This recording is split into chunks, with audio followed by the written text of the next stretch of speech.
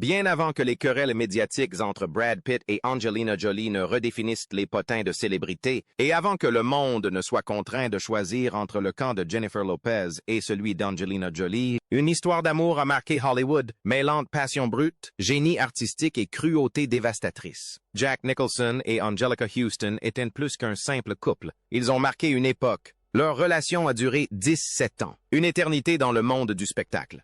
Ce fut une romance qui survécut au sommet de la gloire des Oscars et aux abysses de l'humiliation publique. Mais sa fin reste l'une des histoires les plus légendaires, et franchement incroyables, de l'histoire d'Hollywood. Après près de 20 ans d'attente, Angelika fut confrontée à une révélation si choquante qu'elle ne se contenta pas de lui briser le cœur. Elle fit voler en éclats tout son univers.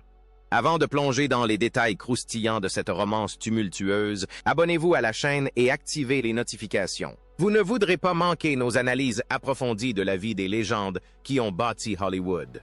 Quand Anjelica Huston, la fille du légendaire réalisateur John Huston, a fait ses premiers pas dans l'entourage de Jack Nicholson, elle cherchait un nouveau départ. Elle venait de sortir d'une relation toxique et étouffante. Mais elle était loin de se douter qu'en entrant dans le monde de Jack, elle s'embarquait pour 17 années de turbulences émotionnelles. Aux yeux du public, ils formaient le couple star par excellence. Louis, le rebelle charismatique et ténébreux du nouvel Hollywood. Elle, l'icône de la mode, digne d'une reine.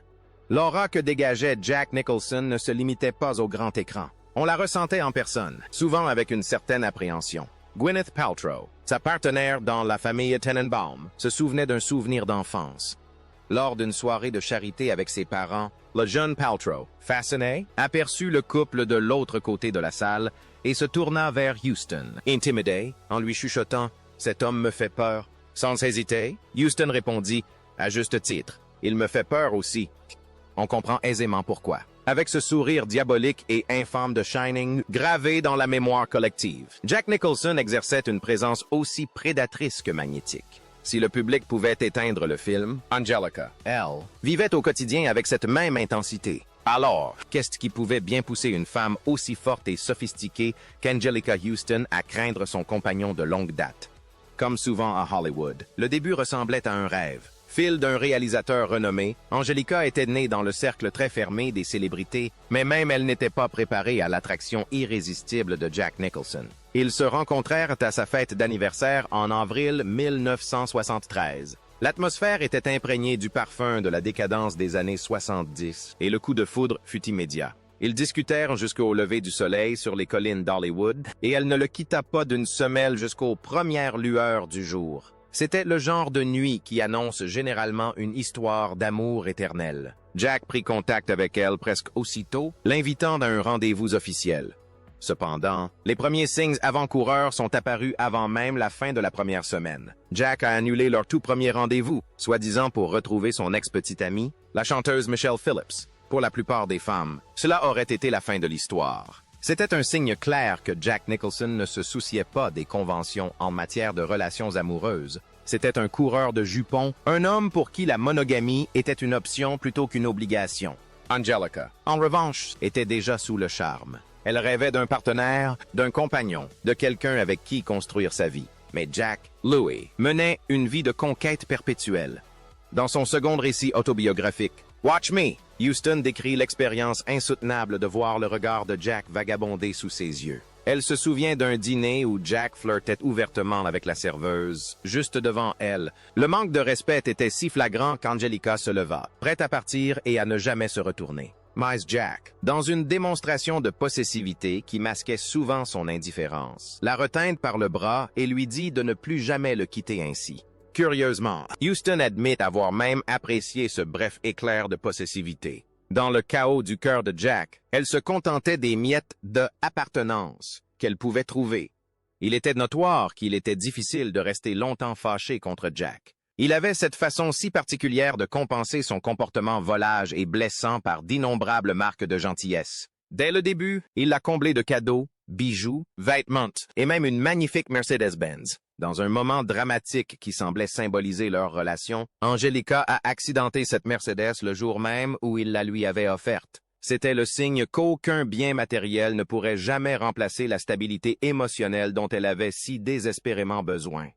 La jalousie dans leur relation n'était pas un simple murmure, c'était un rugissement assourdissant. Angelica racontait être allée à un concert avec Jack et s'être retrouvée avec une autre femme assise entre ses jambes pendant toute la durée du spectacle. Quand Angelica a finalement craqué et l'a interrogé, Jack s'est contenté de lever les yeux au ciel et de soupirer. « Allez, c'est juste une vieille amie. » Il lui donnait l'impression d'être la rabat-joie parce qu'elle exigeait un minimum de respect. Mais comme Angelica l'a vite compris, ce n'étaient pas les vieilles amies dont elle devait se méfier, mais les nouvelles qui s'immisçaient sans cesse dans sa vie.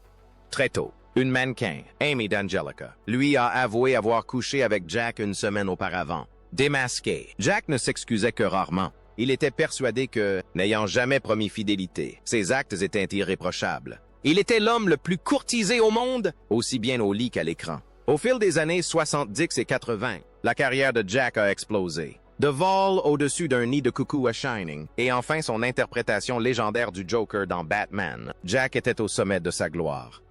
Fidèle à l'image de coureur de jupons qu'Angelica lui prêtait, il ne manquait jamais une occasion de partager son corps avec le plus grand nombre possible de ses conquêtes.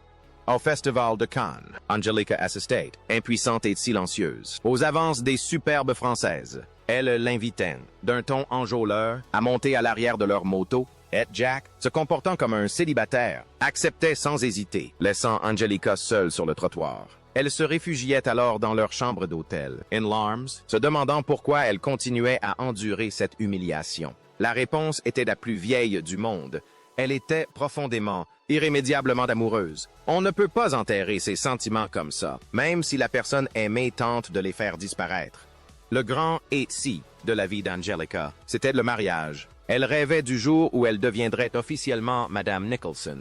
Elle resta 17 ans, espérant qu'un jour, le loup sauvage se calmerait. Mais la résistance de Jack à l'institution était légendaire. Un soir, alors qu'ils regardaient une émission de télévision ensemble, Angelica décida de le provoquer. Elle le nargua en lui disant « Si tu avais des couilles, tu m'épouserais. » La réponse qu'elle reçut fut un coup de poignard en plein cœur. Jack la regarda et rit. « T'épouser? Tu plaisantes? » Ce rejet plongea Angelica dans 3 jours de larmes. C'était le moment où elle aurait dû partir, mais elle resta, tragiquement naïve, comme elle se décrira plus tard. Elle trouva des mots doux de ses maîtresses éparpillés un peu partout, remerciant Jack pour des nuits intimes. Elle découvrit chez lui des objets féminins qui ne lui appartenaient pas. Elle se souvint même d'un moment surréaliste où elle avait croisé une femme dans la rue qui portait littéralement sa propre veste. Un cadeau que Jack avait manifestement offert à une maîtresse. Il arrivait à Angelica de porter les bijoux qu'elle trouvait chez lui, juste pour voir si une autre femme viendrait les réclamer. C'était un jeu psychologique, un véritable labyrinthe de miroirs. Pendant un court laps de temps, Angelica tenta de trouver le bonheur ailleurs. Elle entama une relation sans lendemain avec un nouvel homme, mais cette relation dégénéra en violence physique. Nicholson, malgré toute sa cruauté, ne l'avait jamais frappée. À ses yeux, Jack redevint le choix sûr. Elle retourna vers lui, espérant qu'après 17 ans, le pire était enfin derrière eux. Elle pensait qu'avec l'âge, la paix dont ils avaient tous deux besoin finirait par arriver. À la fin des années 80, la carrière d'Angelica était en plein essor. Elle avait remporté un Oscar pour L'honneur des prédits et s'apprêtait à devenir une icône grâce à son rôle de Morticia Adams. Elle n'était plus seulement la fille de John Huston ou la compagne de Jack Nicholson, elle était une star à part entière. Elle avait le sentiment qu'ils étaient enfin sur un pied d'égalité et, assurément, Jack était enfin prêt à se poser. Puis vint le dîner, ce fameux dîner qui allait bouleverser sa vie. Jack l'avait invitée à un repas spécial. Angelica, toujours pleine d'espoir, se disait que c'était peut-être enfin le bon moment.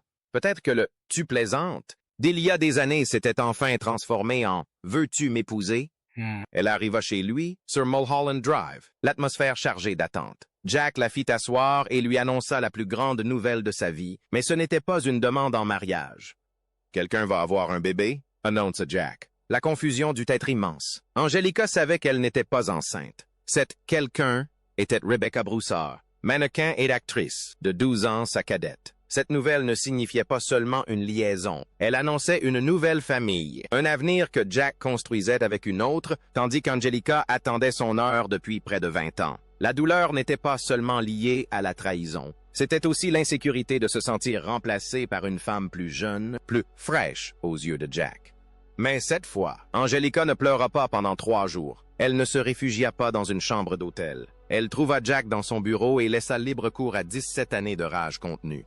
Elle le roua de coups. Elle asséna de multiples coups à l'homme qui lui avait menti effrontément, qui l'avait humilié à Cannes, qui avait laissé d'autres femmes porter ses vêtements. Et Jack, peut-être pour la première fois de sa vie, fit ce qu'il fallait, il ne se défendit pas. Il encaissa tous les coups. Angelica écrivit plus tard.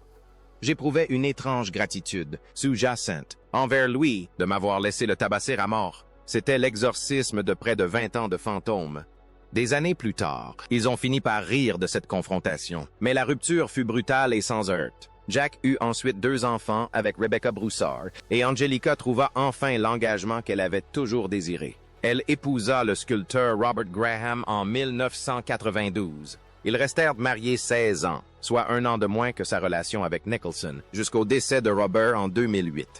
Finalement, Angelica Houston a appris la plus dure leçon qu'Hollywood puisse offrir.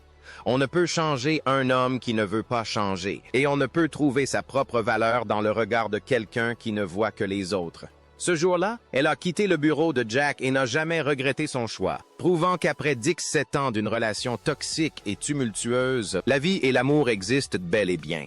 Jack Nicholson, désormais reclus, évoque souvent ses regrets. Mais pour Angelica, la tragédie de leur histoire d'amour a forgé sa force. Elle est la survivante par excellence du nouvel Hollywood. Une femme qui, en croisant le regard de la star de Shining, a fini par comprendre que la seule personne qu'elle devait sauver, c'était elle-même. Quel a été, selon vous, l'événement le plus choquant des 17 années de relation entre Jack et Angelica? Son refus catégorique de la demande en mariage, ou la façon dont il lui a finalement annoncé la nouvelle de la paternité? Auriez-vous pu supporter une telle humiliation publique pendant 17 ans? Partagez vos impressions dans les commentaires ci-dessous. Et avant de partir, n'oubliez pas de liker la vidéo et de vous abonner pour découvrir d'autres histoires inédites de l'âge d'or de la culture des célébrités. On se retrouve pour une nouvelle plongée au cœur de la vie des stars.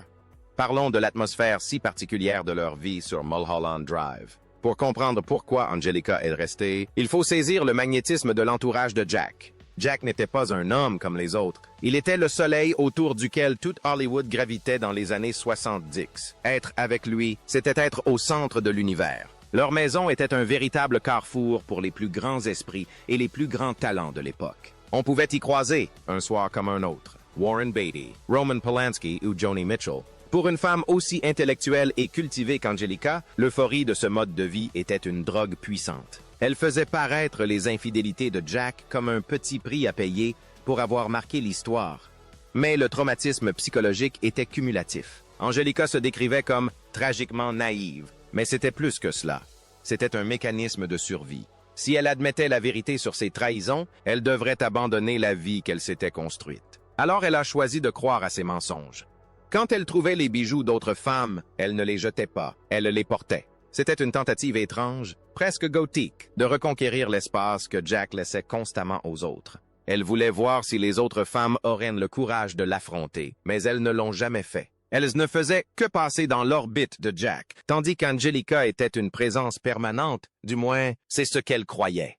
L'incident de Cannes est peut-être l'exemple le plus frappant de la marche sur laquelle elle vivait. Cannes est la scène la plus glamour du monde. Et ils étaient là, le roi et la reine d'Hollywood. Pourtant, au milieu de tout ce prestige, Jack la traitait comme une ombre indésirable. Les « Françaises à moto » n'étaient pas qu'un simple flirt. C'était une affirmation publique qu'Angelica ne lui appartenait pas. La voir debout sur ce trottoir, tandis que l'homme qu'elle aimait s'éloignait avec une inconnue, est l'une des images les plus déchirantes de l'histoire des célébrités. Elle capture l'essence de leurs 17 années. Jack en quête de nouvelles sensations, et Angelica restait immobile, attendant son retour. Même lorsqu'elle tentait de partir, les alternatives lui paraissaient pires. Sa relation avec Ryan O'Neal était une descente aux enfers, un danger physique. Ryan avait un tempérament explosif, et après une altercation particulièrement violente, Angelica avait pris la fuite. À ses yeux, la froideur émotionnelle de Jack était un refuge comparé à la violence physique de la rage de Ryan. Elle retourna vers Jack parce qu'il était sûr, un choix que font beaucoup de femmes prises au piège de relations toxiques. Elle troqua la peur d'un coup de poing contre la peur d'un cœur brisé, persuadée que c'était un meilleur compromis. Ce dîner final fut l'aboutissement de toutes ces années de compromis. Jack ne lui parla pas de Rebecca Broussard par souci d'honnêteté. Il n'eut pas le choix.